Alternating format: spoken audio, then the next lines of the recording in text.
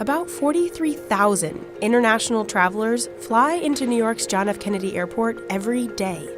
By passenger volume, it's the U.S.'s largest international airport of entry. And in just Terminal 4 alone, that equates to almost 1,000 bags an hour. And in those suitcases, there's a lot of stuff, some of which isn't allowed into the country, including 120 pounds of food per day. So what happens to all those confiscated items anyway?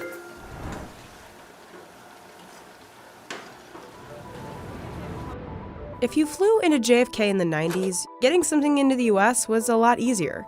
But after 9/11, a conversation started about how to protect the country from dangerous foods, drugs, and people. And US Customs and Border Protection, as it's known today, was formed.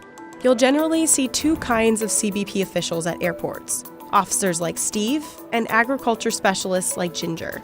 Their job is to find, seize, and destroy millions of items each year that don't belong in the United States. It's a big job, and sometimes it requires a sidekick. A sidekick on 4 legs. This is K9 Spike. Look, Spike. He is an 8-year-old Belgian Malinois. I've been his only handler from day one. He's trained in narcotics. During the duration of our career, probably seized over 400 different seizures. CBP officials like Steve identify high-risk individuals trying to enter into the U.S., as well as drugs and firearms. And because these are such high stakes, dogs like Spike are trained in a special way, in what's called passive response, meaning if they sniff out drugs, they don't scratch, they don't bark, and they don't make a scene. They sit. And if they're right, the dog gets rewarded. His reward is actually this toy right here. So he likes to play. So, ain't that right? You like to play. You like to play. Yes, you do. Yes, you do. Let me see it. Let me see it. Here at the port, we've caught up to 16 keys of ecstasy recently. Narcotics are then seized and sent to be incinerated. The incinerator's location is kept a secret as a matter of national security.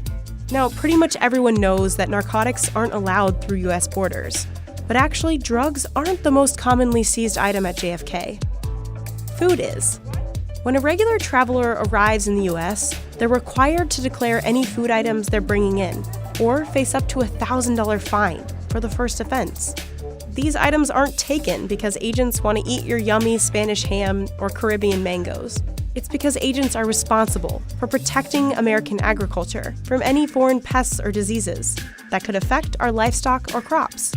And that's where agricultural specialists like Ginger come in. Everything gets destroyed to protect against that pest risk. We are protecting the country's agricultural interests. We're protecting against bioterrorism, where someone could intentionally try to bring in items to wreak havoc in this country. Foreign bugs hitchhiking in luggage have wreaked havoc in the US before. Florida's orange and grapefruit growers lost $2.9 billion from 2007 to 2014, thanks to the Asian citrus psyllid. And since being introduced into the US in the 90s, the Asian longhorn beetle has ravaged hardwood trees. Eradication efforts between 1997 and 2010 cost more than $373 million. In our country, we go into the grocery store and the food is always there. We don't have to look at it for holes or check if it's got some disease on it. It always looks great. So we get kind of spoiled, and we don't really understand the importance of protecting that. So it's crucial that even a single stowaway orange is found and confiscated. But with 34 million annual international passengers to and from JFK, going through each of those bags can seem pretty impossible. For humans, that is. Luckily, they've got a little help from the Beagle Brigade.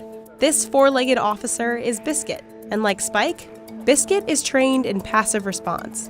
But Biscuit's trained to sniff out food, rather than drugs. They actually learn. They start out with 5 target holders, and then over the years he'll expand, and they retire with sometimes like 150 holders that they know.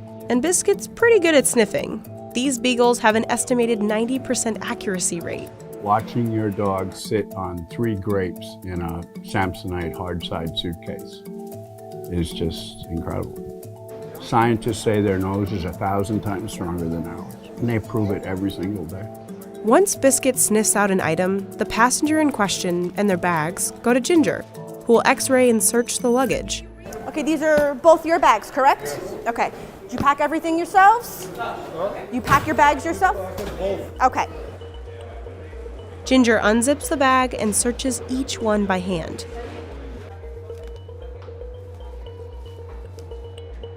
And if she finds something that's not allowed, it's seized and held in temporary bins. This is very common from that region. Once you open it all up, you have grape leaves. These are horse meat sausages. This is another very good example of what we get very frequently, especially in the springtime. This is a plant that they're planning on bringing here to grow. So anything for propagation has additional in-tray requirements. So this is 2 families worth from one flight. JFK disposes of the contraband food in one of 2 ways, the grinder or the incinerator. Ginger will bag up the seized items and label them based on their final destination. So we're gonna go walk this bin, nice and full from those 2 passengers, down to our contraband room. This is the room where illicit food meets its end.